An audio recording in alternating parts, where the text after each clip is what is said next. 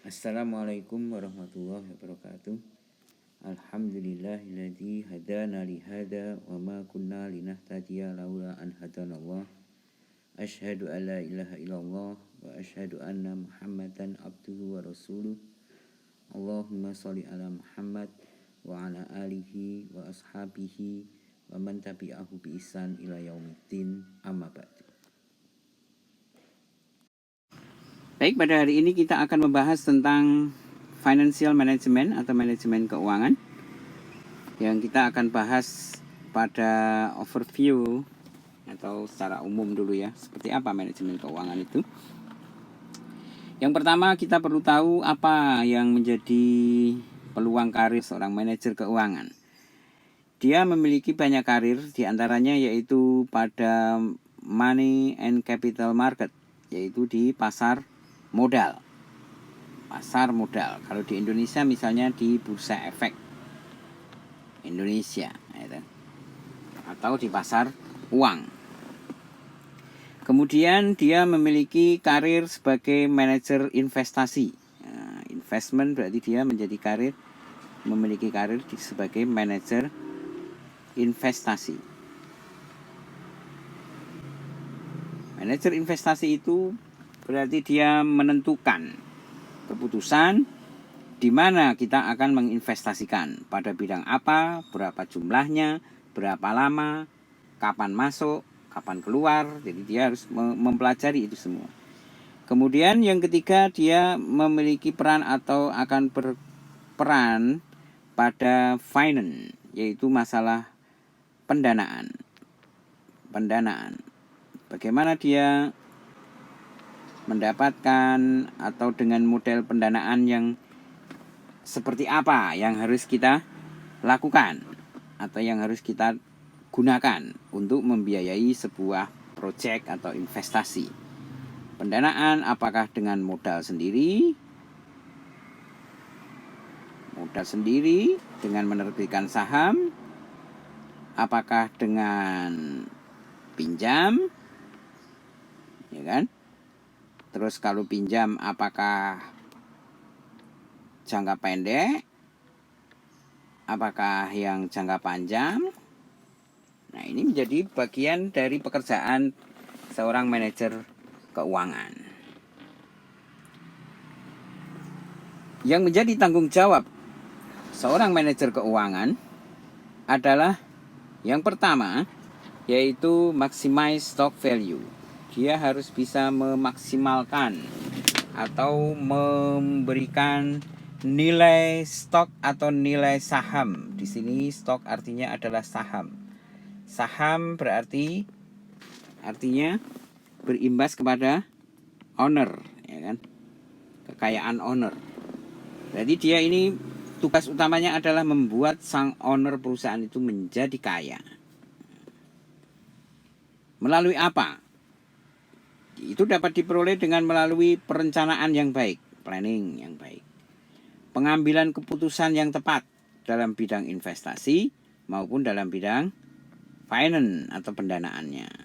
Karena kadang ada ya investor yang atau manajer keuangan yang tidak baik, membiayai proyek-proyek yang berbiaya besar dengan penghasilan yang long term, tapi menggunakan dana yang pinjaman pendek yang bunganya tinggi. Akhirnya menjadi masalah dari sisi cash flow. Jadi decision itu sangat penting perannya. Kemudian masalah control and coordination. Bagaimana dia mengendalikan keuangan itu. Kemudian masalah transaksi. Dia harus memperhatikan transaksi di financial market, di pasar saham atau pasar keuangan. Maka biasanya perusahaan itu punya kas yang disimpan. Tujuannya apa? Ketika sahamnya jatuh di market, maka dia punya uang untuk membeli kembali sahamnya di harga murah itu. Kalau dia melakukan pembelian, maka harga itu akan bergerak naik. Nah, ketika harga itu naik, biasanya investor tertarik kembali untuk membeli. Nah, setelah investor masuk membeli, dia menjual lagi. Jadi malah dia meraih keuntungan gitu. Jadi semacam berspekulasi dengan saham, tapi sahamnya sendiri. maka di sini dia harus memperhatikan juga transaction di financial market itu seperti apa. Dia harus memperhatikan itu. Kemudian yang terakhir yang sangat penting adalah tentang resiko. Bagaimana dia mengelola resiko. Resiko ini sangat penting karena investasi dimanapun pasti beresiko. Maka pengelolaan resiko menjadi sangat penting dalam bagian dari seorang financial staff atau seorang manajer keuangan. Di dalam sebuah perusahaan biasanya dia minimal punya 3 divisi, yaitu divisi marketing. Ini adalah marketing yang menangani sales atau penjualan. Kemudian divisi operation yang menangani produksi, ya kan? Lalu yang menjadi faktor kunci di sana yaitu divisi finance atau keuangan. Kenapa? Karena dia punya menghidupi operasi dan dia juga menghidupi marketing, serta dia juga dihidupi oleh marketing. Jadi finance ini biasanya menjadi peran kunci. Setidaknya ada 3 itu di situ. Hubungannya dia dengan bagian produksi, yaitu dia harus mengawasi tentang cost, mengawasi tentang pembayaran, mengawasi tentang pajak, produksi, ya kan, kaitannya dengan produksi. Hubungannya dengan marketing, dia mengawasi tentang inventory, bagaimana inventory. Kemudian capital budget, bagaimana dengan anggaran modalnya. Kemudian bagaimana dengan penjualan kredit yang dilakukan atau kredit yang diberikan kepada para customer. Tujuannya kredit itu biasanya untuk meningkatkan penjualan, ya kan? Banyak perusahaan misalnya mobil, ya, kenapa dia lebih suka menjual kredit? Karena dengan menjual kredit maka omsetnya bisa meningkat. Kalau dia harus jual cash, mungkin hanya sedikit orang yang punya uang tersedia dalam jumlah banyak pada saat itu juga. Akhirnya omset tidak banyak. Maka kalau dia jual kredit bisa naik. Nah, itu adalah urusan finance, ya kan? Maka marketing dan finance harus bekerja sama dalam bidang seperti itu. Di sini dilihat bahwa peran dari finance itu sangat penting sekali di dalam sebuah organisasi bisnis.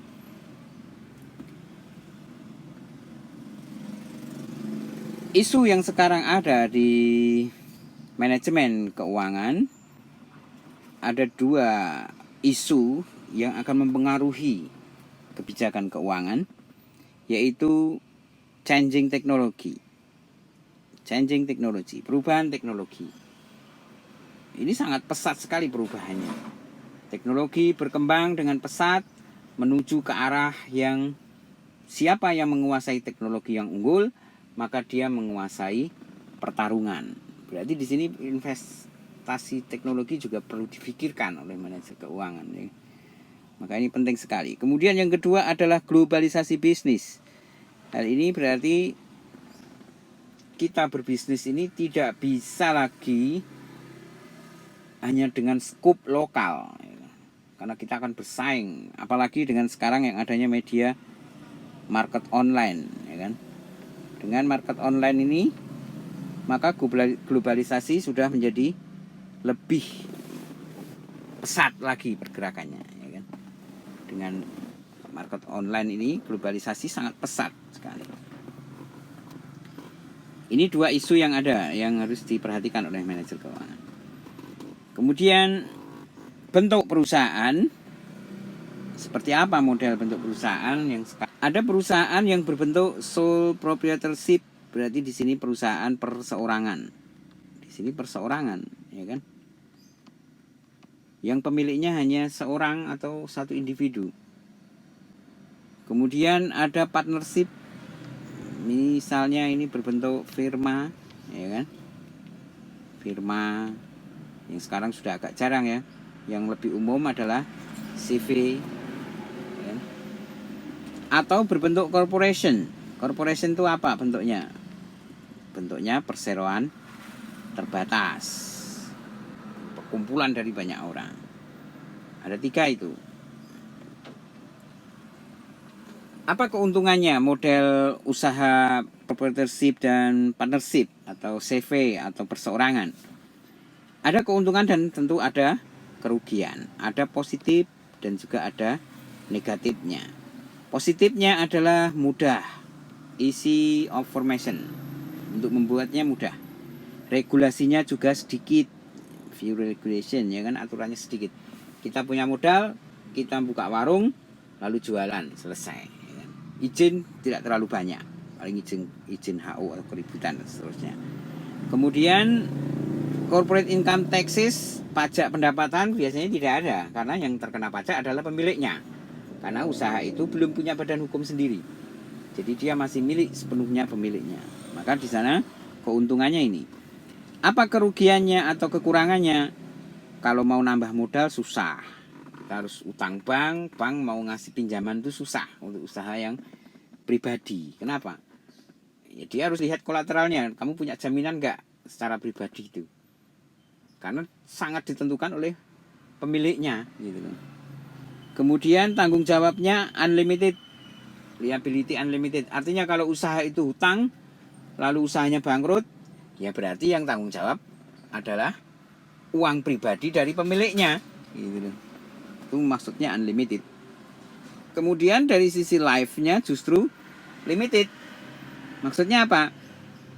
Kalau pemiliknya mati, biasanya usaha kalau perseorangan, kalau pemiliknya mati, ya usahanya ikut mati, gitu. Berbeda dengan corporation. Mungkin yang menjadi kelebihan di sana menjadi kekurangan di sini. Lalu kekurangan di sana menjadi kelebihan di sini. Contohnya apa? Unlimited life. Nah, ini kan kalau corporation, perusahaan atau PT itu bisa dari zaman Belanda didirikan sampai sekarang masih bisa berdiri terus. Unlimited life. Ya. Pemiliknya mungkin sudah berganti-ganti, tapi perusahaan itu masih tetap ada. Gitu. Easy transfer ownership, ya, mudah sekali untuk kepemilikannya itu berganti. Perusahaan-perusahaan nasional milik Belanda dulu kuasai pemerintah, jadi milik pemerintah. Nanti kalau pemerintah jual lagi, Indosat dulunya milik pemerintah lalu dijual, ya sekarang sudah dimiliki perusahaan asing, dimiliki oleh Ooredoo, maka akhirnya jadilah Indosat Ooredoo. Itu artinya mudah sekali untuk memudahkan itu. Lalu kenapa kita setara? Ya kita beli kembali kalau mau. Nanti dia jual mahal, ya itu sudah masalah market. Kemudian ada limited liability, tanggung jawab terbatas. Tanggung jawab terbatas. Artinya kalau PT itu memiliki utang dan PT-nya bangkrut, maka yang membayar utang itu adalah PT, bukan pemilik PT-nya, gitu. Jadi pemiliknya hanya kehilangan saham yang dia masukkan di perusahaan itu. Sedangkan yang menghutangi tidak boleh melihat pemiliknya, tapi lihatlah perusahaannya. Kalau perusahaannya punya jaminan, berarti milik aset perusahaan itu untuk membayar utang, tapi bukan aset pribadinya. Easy raising capital, mudah sekali untuk menaikkan modal. Ya, karena tinggal keluarkan saham baru. Tinggal isu saham baru, keluarkan saham, dapatlah modal. Mudah sekali kan?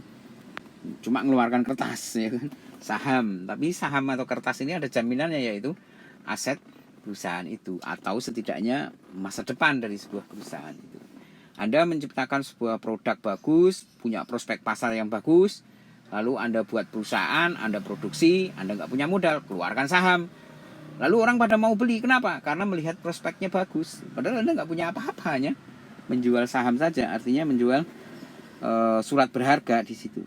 Nah, itulah menunjukkan corporation yang mudah. Tapi kalau sebagai pribadi jual saham susah, kalau sebagai perusahaan lebih mudah. Cuma masalahnya kalau bentuk PT itu set up and reporting fillingnya ini mahal gitu loh. Jadi kamu izinnya ini mahal, izin ongkosnya mahal.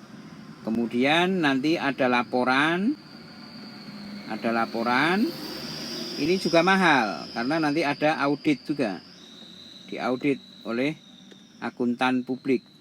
Nah, ini mahal juga. Kemudian yang kedua adalah double taxation, yaitu adanya dua pajak. pajak dari pemilik, dan pajak bagi perusahaan itu sendiri. Jadi di sini pajaknya ditarik 2 kali ya kan. Jadi ketika perusahaan itu untung, corporate ini untung, di sini dia punya profit, corporate ini punya untung, punya profit, maka ini kena pajak, itu pajak pendapatan dari perusahaan itu. Lalu sebagian profitnya ini nanti diberikan ke owner berupa dividen. Nah, kalau owner diberi dividen, owner dapat dividen, dividennya ini nanti juga kena pajak. Jadi maka dikatakan kena pajak 2 kali. Kalau perusahaan itu miliknya dia, perusahaannya sudah kena pajak ketika untung, dividen dia ambil, dividennya juga kena pajak, pajak pendapatan, ada pajak penghasilan gitu kan. Nah, ini menunjukkan double taxation ini menjadi kelemahannya dalam sebuah bentuk usaha corporation. Nah, apa yang menjadi tujuan dari perusahaan itu ya, tujuan keuangannya, financial goal atau tujuan keuangan dari perusahaan itu apa? Yang menjadi inti primary financial goal atau primary atau intinya, pokoknya ya, pokoknya dari sebuah perusahaan itu punya tujuan keuangannya itu apa? Yaitu wealth maximization shareholder. Ya pastilah tujuannya adalah memaksimalkan kesejahteraan bagi shareholder. Shareholder itu adalah para pemegang saham atau disebut juga para owner. Jadi tujuan perusahaan itu hanya satu, financial goal-nya, yaitu apa? Membuat sang owner semakin kaya. Nah, gimana itu caranya? Nah, itulah tugas dari tanggung jawab manajer keuangan. Lalu bagaimana kaitannya mereka dengan society, responsibility to society? Bagaimana tanggung jawab mereka terhadap sosial? Kemudian apakah kalau stock price-nya itu bagus, maksimum naik, meningkat dengan baik, apakah ada hubungannya nggak ya? Kalau harga sahamnya naik berarti secara sosial itu buruk. Ada nggak itu ya? Nah, kemudian apakah dia juga harus memperhatikan etika dalam bisnis, mengejar untung, lalu etika diperhatikan nggak itu ya kira-kira ya? Nah, ini menjadi persoalan lain di sini. Ini persoalan lain yang harus juga diperhatikan oleh perusahaan itu. Namun sebagian besar atau umumnya perusahaan memang tidak memperhatikan masalah ini. Karena itulah biasanya hal-hal ini menjadi kajian pemerintah gitu loh. Ada perlindungan terhadap sosial, perusahaan harus punya CSR ya kan. Kemudian ada kaitannya dengan regulasi di pasar saham, lalu ada kaitannya dengan peraturan-peraturan tentang lingkungan hidup dan sebagainya, kaitannya dengan etika di dalam bisnis. Jadi ini menjadi tanggung jawab ini ya, government ya kan, pemerintah yang mengelola itu. Karena kalau semua perusahaan pengennya untung semua ya kan. Nah, sekarang ada pertanyaan. Apakah stock price yang maksimum itu atau harga saham yang maksimum itu, apakah harga saham yang maksimum itu sama dengan profit yang maksimum? Oh, ada pertanyaannya gini. Apakah harga saham stock price itu ada kaitannya dengan profit dari perusahaan itu? Apakah kalau perusahaan itu profit terus harga sahamnya naik? Nah, itu pertanyaannya gitu. Apakah ada kaitannya? Nah, ini pertanyaan pokoknya. Kira-kira ada tidak ini kaitannya? Ternyata jawaban intinya adalah tidak. Jadi nggak ada kaitannya. Apa benar begitu? Kita lihat kenyataannya ya. Dulu pernah kita saksikan, bahkan sampai sekarang ya, Krakatau Steel itu perusahaan baja yang selalu untung terus. Tapi dibalik keuntungannya itu, anehnya harga sahamnya merosot terus gitu loh. Memang banyak perusahaan yang untung, tapi malah harga sahamnya merosot. Nah, itu memang karena tidak ada kaitannya langsung ya. Walaupun sebenarnya ketika orang mau membeli saham, dia melihat keuntungan juga. yaitu melalui melihat EPS-nya ini. Ini singkatan dari earn, keuntungan ya kan, per share atau per lembar saham. Jadi dia melihat keuntungan per lembar sahamnya. Kalau saya invest di sini harga sahamnya adalah 1000, lalu dapat untung 200 dalam 3 bulan, dapat dividen 200, itu untung nggak kira-kira? Berarti kita dapat berapa persen itu? Ya kan? Untung tidak? Wah, kalau itu kayaknya sih untung ya kalau segitu. Wah, ini 20%. Nah, maka biasanya harga sahamnya juga akan naik kalau memang dia menguntungkan. Tapi tidak selalu perusahaan yang untung itu selalu harga sahamnya naik. Kenapa? Karena stock price ini erat kaitannya tidak hanya pada profit, ini kan profit ya, tapi juga pada cash flow. Cash flow ini erat kaitannya dengan modal dan manajemen. Manajemennya bagaimana ini? Pengelolaan keuangannya. Cash flow itu kalau dalam tubuh kita semacam darah, ya kan? Darah. Jadi uang itu memang seperti darah dalam perusahaan. Kalau dalam tubuh kita itu darah. Kita gendut, besar, berarti darahnya banyak. Tapi kalau darahnya tidak lancar, ya nggak sehat. Gitu. Sama juga perusahaan itu besar, asetnya melimpah, cashnya tidak ada, ya dia juga tidak sehat. Bayar tagihan nggak bisa, bayar karyawan nggak bisa, punyanya aset, punyanya inventory, tapi nggak punya duit. Ya susah juga kan, untuk menjual butuh duit. Nah ini cash flow itu merupakan hal yang sangat penting juga diperhatikan, sehingga harga saham itu tidak hanya pada keuntungan gitu. Kenapa tidak? Karena bukan hanya ditentukan profit, tapi juga manajemen juga, yaitu cash flow-nya.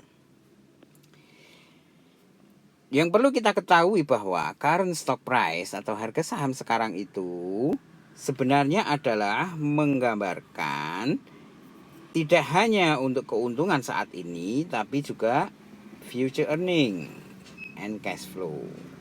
Jadi dia memiliki gambaran perusahaan itu di masa depan. Seperti apa kira-kira mereka nanti.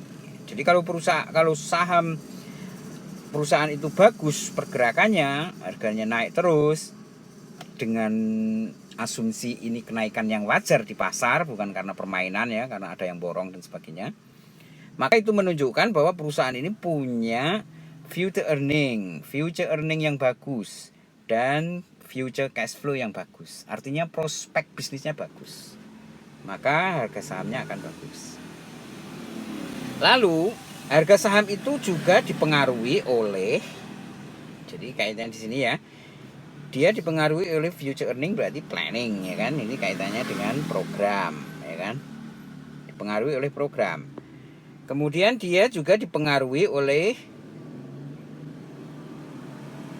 beberapa action, corporate action. Maka seringkali perusahaan-perusahaan itu memberikan berita baik. Perusahaan A mau membangun apa? Perusahaan A mau menggelontorkan modal sekian untuk membangun sekian ribu BTS misalnya. Indosat mau membangun sekian ribu BTS dengan teknologi 5G. Wah, itu otomatis akan meningkatkan animo masyarakat untuk membeli sahamnya. Wah, ini kayaknya perusahaan ini bakal bagus nih. Gelontorkan modal banyak, berarti sahamnya akan bagus, profitnya di masa depan akan bagus, cash flow-nya akan bagus, profitnya akan bagus. Nah, itu akan mempengaruhi atau bisa mempengaruhi harga sahamnya. Namun pengaruh action dari perusahaan itu bisa dua arah. Bisa increase, meningkatkan harga saham, bisa juga malah sebaliknya, vice versa ya kan, bisa decrease ya kan.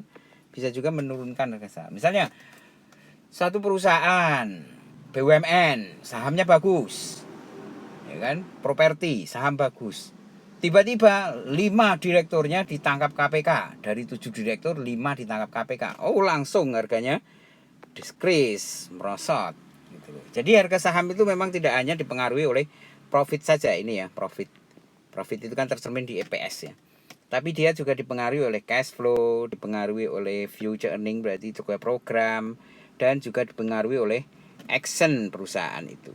Nah, ini yang perlu kita perhatikan bahwa tidak ada kaitan langsung atau tidak selalu stock price maximization itu sama ya kan dengan profit maximization, tidak selalu sama. Itulah sebabnya di musim krisis seperti ini semua perusahaan pasti merugi karena lockdown, karena pasar menurun, maka logikanya semua saham pasti jatuh. Tapi ternyata ada juga yang naik ya kan, ada juga saham yang naik. Kenapa itu? Karena dia punya corporate action yang bagus, dia punya program yang bagus, dia punya modal yang cukup, sehingga bisa mempengaruhi perusahaan itu istilahnya prospek ke depannya nanti, dan itu mempengaruhi para investor nanti ya kan. Beberapa faktor yang berpengaruh pada stock price itu antara lain, nah ini kalau kita mau main di bursa saham atau ingin melihat seperti apa yang mempengaruhi bursa saham itu, intinya ada 3 faktor. Yang pertama adalah projected cash flow to shareholder. Berarti di sini adalah projected cash flow to shareholder ini berarti profit ya kan. Margin. Profit marginnya berapa dia? Besar tidak? Kalau kita beli saham itu kita dapat dividen berapa? Tahunya dari mana ke depan? Ya kita lihat dari laporan keuangannya. Bagus enggak laporannya? Makin meningkat tidak? Kemudian timing the cash flow stream. Jadi timing cash flow stream. Ini perlu diperhatikan juga. Dia punya hutang enggak perusahaan itu? Kalau perusahaan itu punya hutang, kayak pemerintah kita ini punya banyak hutang ya. Wah, kelihatannya maju kita, bangun-bangun tol, bangun-bangun, wah, pembangunan di mana-mana. Tapi hutangnya banyak. Dan nanti jatuh tempo 10 atau 30 tahun, berarti nanti akan terjadi cash flow yang sangat buruk pada negeri ini. Wah, lah terus kita nanti bayarnya pakai apa? Ya, ada 2 kemungkinan. Bayarnya dengan menyerahkan jaminan atau menjual aset lain untuk menebus jaminan gitu. Oke, kita lihat itu udah perkara lain itu ya. Timing cash flow stream. Jadi tentang cash flow. Kalau perusahaan mesti dilihat. Makanya di sini kita perlu melihat hutang perusahaan itu. Dia punya hutang enggak? Jangka panjang atau jangka pendek. Karena ini penting sekali kaitannya dengan harga saham nanti. Kemudian yang ketiga adalah risiko. Bagaimana risikonya? Nah, kalau perusahaan atau kita berbicara lebih skup yang lebih luas yaitu negara seperti ini, kita bangun jalan tol, mungkin efek pendapatannya tidak secepat yang kita bayangkan, nggak setahun 2 tahun bahkan 5 tahun pun belum tentu. Tapi kalau pembiayaannya jangka pendek dan kita harus membayar segera, berarti resikonya akan tinggi. Nah, ini resiko ini mesti dianalisa ya kan, harus dianalisa, ini nggak bisa nampak begitu saja ya. Harus dianalisa. Makanya ada orang yang ahli dalam menganalisa risiko, teliti, dan dia mesti tidak berpihak. Karena kalau udah berpihak nanti yang bagus pun akan dikatakan buruk, atau sebaliknya yang buruk dikatakan bagus. Repot kalau analisa seperti itu. Nah, ini salah satu atau 3 faktor yang berpengaruh pada harga saham. Bagaimana evaluasinya? Saya pikir ini sudah mudah ya kan evaluasinya, yaitu cash flow dibagi dengan interest ya kan. Interest dengan T di sini menunjukkan timing atau waktunya, N berapa tahun. Mungkin Anda sudah pernah dengar ini konsep ini. Untuk mengestimasi nilai aset yaitu atau cash flow adalah di setiap satu periode CFT, the life of the asset yaitu asetnya berapa tahun, kemudian discount rate-nya ini berarti semacam apa ya, interest ya kan, interest atau dalam istilah perbankan namanya bunga kalau dalam bahasa Indonesia ya kan. Jadi bunga bank itu kalau dalam bahasa Inggris bukan flower tapi interest. Jadi bunga bank. Kalau dalam investasi diberi nama istilah discount rate, karena kita ngeluarkan duit dulu, kemudian duit kita itu balik, maka diistilahkan diskon. Berapa kecepatannya dia balik? Rate itu kecepatan ya kan. berapa kecepatan dia balik. Itu diskon namanya, diskon rate. Makanya dalam investasi digunakan istilah diskon rate. Kalau di dalam tabungan dipakai istilah interest. Di sini kita bisa lihat konsep ini sudah sangat umum kita pahami, ya kan. Bagaimana kita mengestimasi keuntungan yang akan kita peroleh dari suatu investasi saat ini, lalu bagaimana evaluasi ke depannya. Nanti akan kita pelajari lebih lanjut pada manajemen keuangan, khusus poin evaluasi investasi. Faktor yang mempengaruhi level dan resiko dari cash flow itu ada banyak hal, antara lain yaitu dari decision yang diambil oleh manajer. Kemudian bisa juga external environment. Jadi mungkin ada sebagian kita yang mempersalahkan, kenapa ini kita hutangnya nambah terus. Nah, hutang nambah terus itu ya bukan tergantung dari kondisi saja, tapi juga dari manajernya. Karena kebetulan manajernya memang suka utang, jadi utang terus. Atau keputusan investasinya yang tidak tepat. Kita nggak punya duit, nggak ada dana yang besar, bangun-bangun investasi yang harganya mahal. Investasi yang harganya mahal, profitnya yang jangka panjang yang belum kita dapatkan saat ini. Kalau dibiayai dengan long term nggak masalah. Makanya di sini ada kaitannya dengan investment, ada kaitannya dengan financing decisionnya. Jadi kemana uang itu kita gunakan, investmentnya, lalu dari mana sumbernya, itu harus disesuaikan. Anda misalnya contoh ya, Anda mau bangun rumah atau membangun sebuah perusahaan untuk membangun pabrik.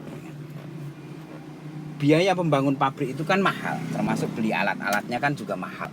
Itu biaya tetap, dan itu nggak segera menghasilkan gitu loh, karena hasilnya mesti pelan-pelan, sedikit demi sedikit. Kalau itu didanai dengan biaya pinjaman jangka panjang, kan angsurannya kecil karena jangka panjang. Nah, angsuran kecil jangka panjang berarti cash flow-nya juga kecil. Maka itu wajar, aman, tidak ada masalah untuk perusahaan kita. Tapi bagaimana kalau kita menggunakan dana pinjaman bisnis yang hanya 3 tahun, tapi kita gunakan untuk membeli tanah, membangun pabrik. Lalu gimana mengangsurnya? Kita akan kesulitan di sana. Jadi ini masalah decision financing atau pendanaannya. Kemudian yang ketiga yaitu masalah dividend policy, yaitu masalah bagaimana kita membagi keuntungan. Apakah keuntungannya itu di reinvest, kita dapat untung, ya kan? Apakah ini nanti kita masukkan modal atau kita keluarkan dividen ke investor atau ke owner. Ini juga akan mempengaruhi risiko.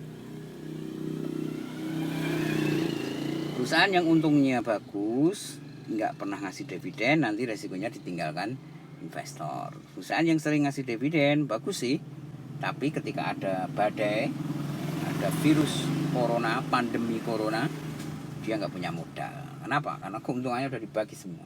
BUMN setiap tahun untung, tapi untungnya diambil oleh pemerintah, akhirnya dia nggak bisa berkembang. Akhirnya juga tidak bisa survive. Nah, itu persoalan-persoalan yang ada di perusahaan, ya kan. Umumnya dipengaruhi oleh 3 hal ini. Lalu faktor eksternal, namanya eksternal ya kita nggak bisa kontrol, ya kan. Yang bisa kita kontrol adalah faktor internal ini. Bagaimana kita mengendalikan antara investasi, pendanaan, dan pemanfaatan untungnya. Investasi, pendanaan, dan pemanfaatan untungnya. Ini menjadi faktor kunci keberhasilan kita mengelola risiko perusahaan itu. Jadi risiko itu seperti itu maksudnya. Memang risiko di dalam manajemen keuangan ini, apa yang menjadi peran dari manajer keuangan ini dalam perusahaan ini, apa perannya, itu sangat tergantung ya dari tujuan dari perusahaan itu. Kalau BUMN tujuannya apa? Nyari untung atau melayani masyarakat. PLN itu tujuannya nyari untung atau melayani masyarakat. Nah, tinggal itu. Kemudian bagaimana pemerintahan dalam perusahaan itu, ya kan? Corporate governance, bagaimana mereka mengelolanya, sistem pengelolaannya. Kemudian organisasinya itu bagaimana?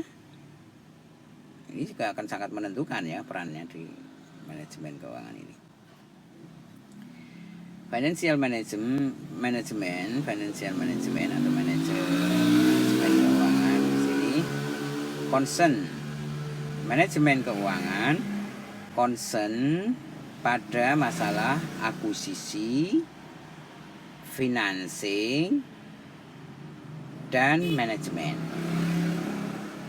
Jadi masalah akuisisi, mengambil atau investasi, ini kan biasanya juga investasi ya. Karena biasanya kita investasi itu mengambil investasi orang atau membeli perusahaan atau membeli aset. Jadi akuisisi. Kemudian masalah financing, dari mana sumber pendanaannya? Kita mencari dana yang murah. Ya kan. Kemudian bagaimana pengelolaannya nanti, pengendaliannya dan sebagainya. Nah, di sini kita lihat yang menjadi aktivitas kunci dalam manajer keuangan dari seorang manajer keuangan atau financial manager itu dalam kaitannya dengan akunting ya, dalam pencatatan transaksi atau dalam transaksi itu adalah seperti yang kita lihat dalam laporan yang disebut dengan balance sheet. Balance sheet ini dalam istilah kita disebut laporannya adalah berbentuk neraca. Neraca itu menggambarkan keseimbangan. Keseimbangannya maksudnya apa? Yaitu di sini aset, kekayaan, lalu di sisi lain adalah liabilitas atau tanggung jawab. Di sisi sini aset itu ada dua. Ada current asset, berarti ini aset jangka pendek, aset liquid, misalnya uang, kemudian surat berharga, ya kan, piutang dagang, itu kan yang mudah sekali untuk dicairkan. Deposito, ini kan mudah dicairkan. Atau inventory, inventory itu juga masuk di dalam current asset kalau dibagi seperti ini, ya kan. Atau dan fixed asset, yaitu modal atau aset tetap. Aset tetap misalnya apa? Tanah. Di sini bisa berupa tanah. Kemudian alat atau mesin, ya kan? Kemudian bangunan. Ini kan aset tetap. Kalau negara ya jalan tol, ya kan? Infrastruktur lah, ya kan? Itu aset tetap. Nah, seharusnya dalam sebuah perusahaan itu punya balancing seperti ini. Jadi current asset dibiayai dari current liability, harus seimbang. Lalu fixed asset dibiayai dari long term fund, dari dana yang sifatnya jangka panjang. Dana jangka panjang.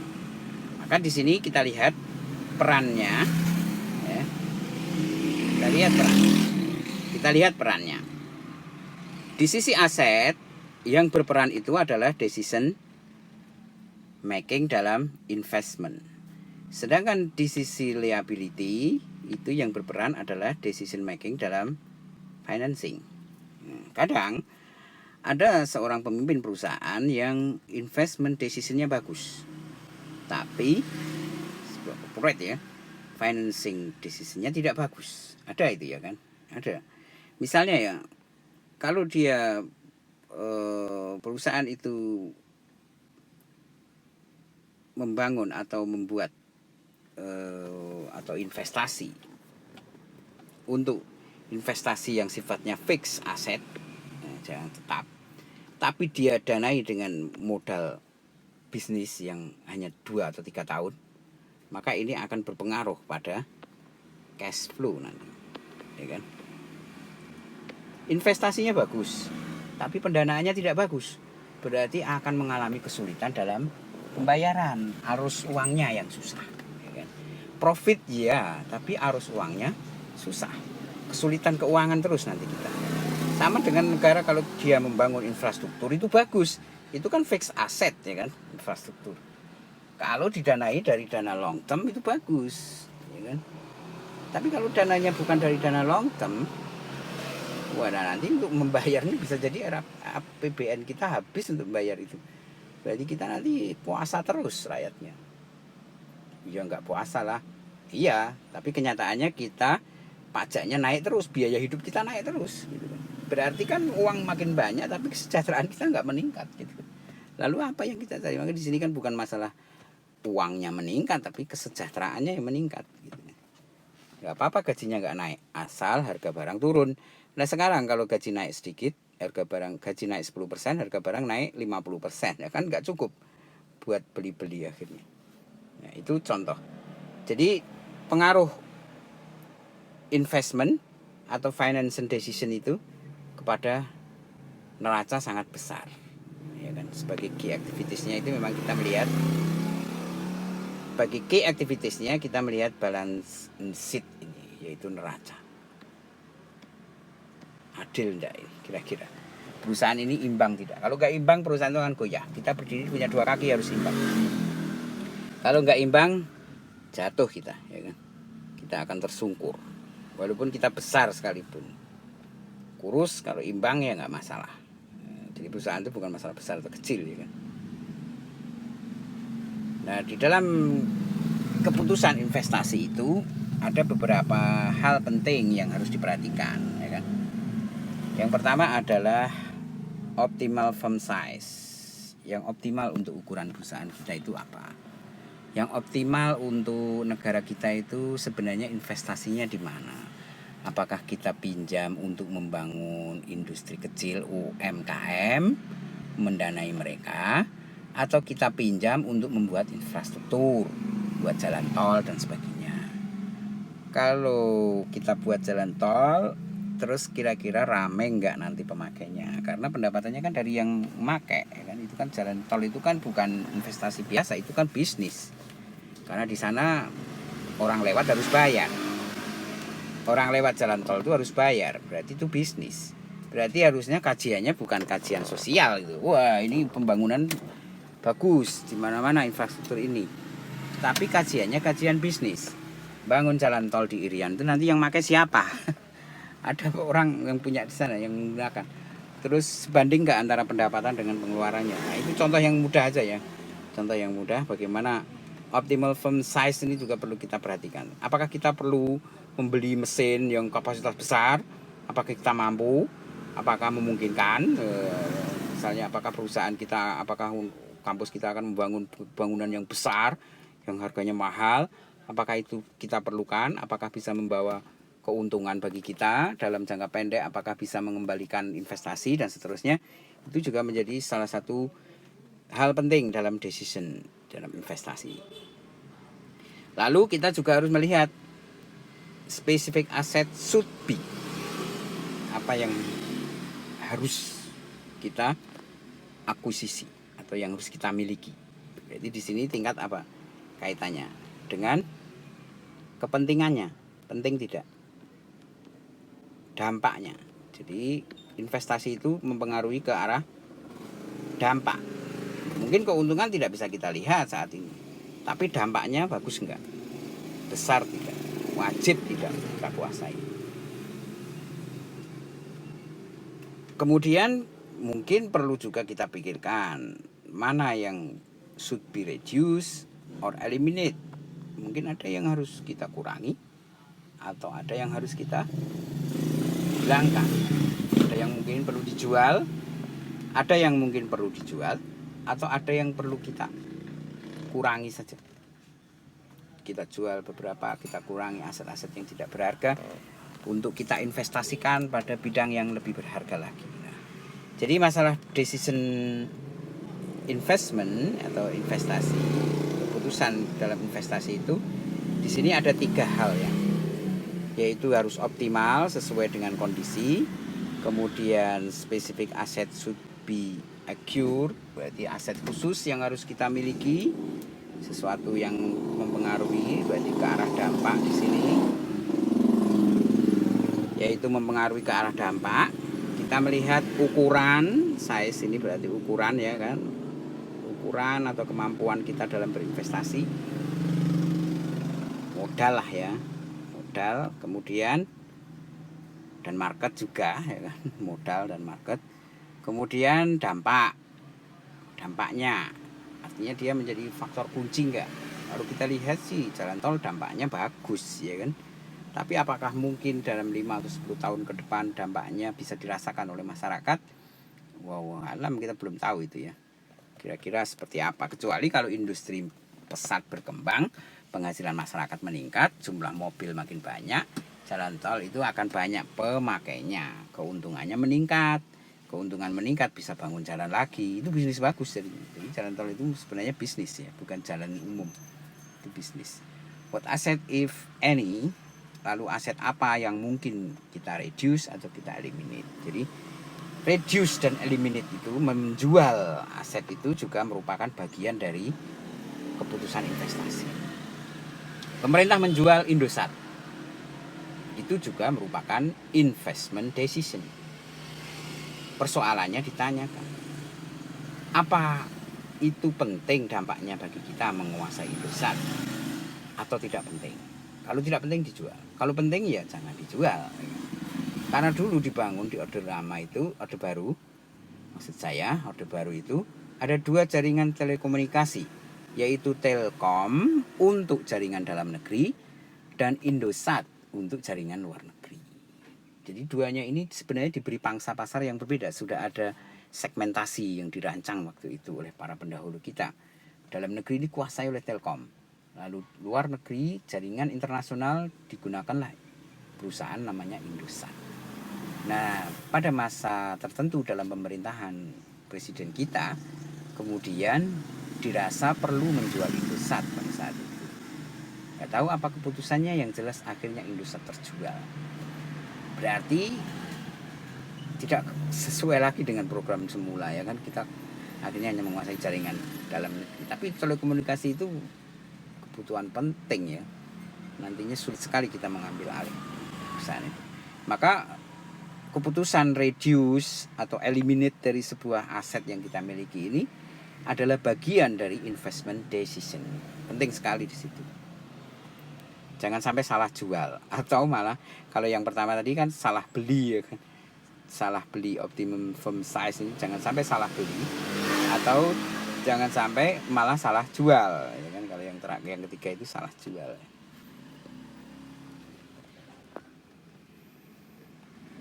Kemudian dalam financing decision, dalam pendanaan, kita mesti melihat how the asset, bagaimana aset itu akan didanai. Ini sebenarnya simple ya kan. Kalau jangka panjang ya kalau bisa didanai dari sumber jangka panjang murah ya kan. Tapi kalau sekarang pemerintah kan suka mengeluarkan, misalnya mengeluarkan bond. Mungkin yang anak kos sudah biasa dengan bond, yaitu utang. Mengeluarkan utang atau surat utang negara. Jadi negaranya utang, lalu ngasih persen berapa, 10% per tahun misalnya. Nah, surat utang negara ini sifatnya sangat liquid dan sangat mahal. Kalau ini kemudian dipakai untuk membangun jalan tol, wah nggak profit bisa jadi. Bisa jadi kita susah membayar 10% per tahunnya ini. Jadi finance itu sangat penting, kaitannya dengan how the asset will be financed, akan dibayar itu bagaimana. Ini harus ditentukan dengan baik oleh seorang financial manager keuangan ya, terutama yang bagian finance. Maka dia harus memikirkan what is the best type of financing, tipe pendanaan apa yang paling baik. Kemudian kalau mungkin perlu dilakukan financing mix.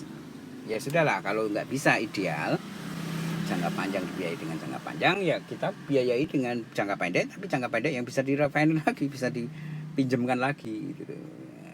Jadi kita harus jaga biar bisa utang lagi dan seterusnya, dan nanti akhirnya jangka panjang walaupun jadinya mahal ya kan. Tapi ini menunjukkan bahwa itulah kebijakan yang harus diambil oleh seorang financing decision, masalah pendanaannya. Kemudian juga dia memikirkan masalah dividen, payout rasionya, kira-kira berapa yang diambil oleh pemerintah, berapa yang untuk memperbaiki ini, berapa yang diambil oleh pemilik. Kalau saya bicaranya masih BUMN terus ya, perusahaan umum swasta ya, berapa yang akan diambil oleh pemilik, lalu berapa yang akan digunakan untuk pengembangan usaha. Ini dividen policy-nya. Jadi ada 3 bidangnya. Tipe pendanaannya, tipenya ini dari mana? Bisa utang, bisa saham. Masing-masing punya kelebihan dan kekurangan. Kemudian kalau tidak mungkin dengan satu tipe, berarti di mix. Berapa persen saham, berapa persen utang, atau berapa persen jual aset, ya kan? Jual aset. Ada aset yang bisa dijual. Jadi di mix. Lalu dividen policy, berapa yang akan kita ambil keuntungannya, berapa yang untuk pengembangan usaha di sini. Berarti untuk dividen, lalu berapa yang dipakai untuk modal atau memperkuat modal.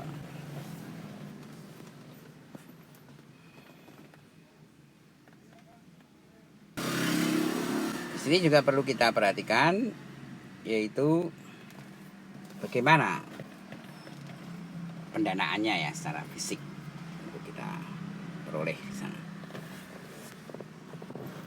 Nah, sekarang dalam sisi asetnya.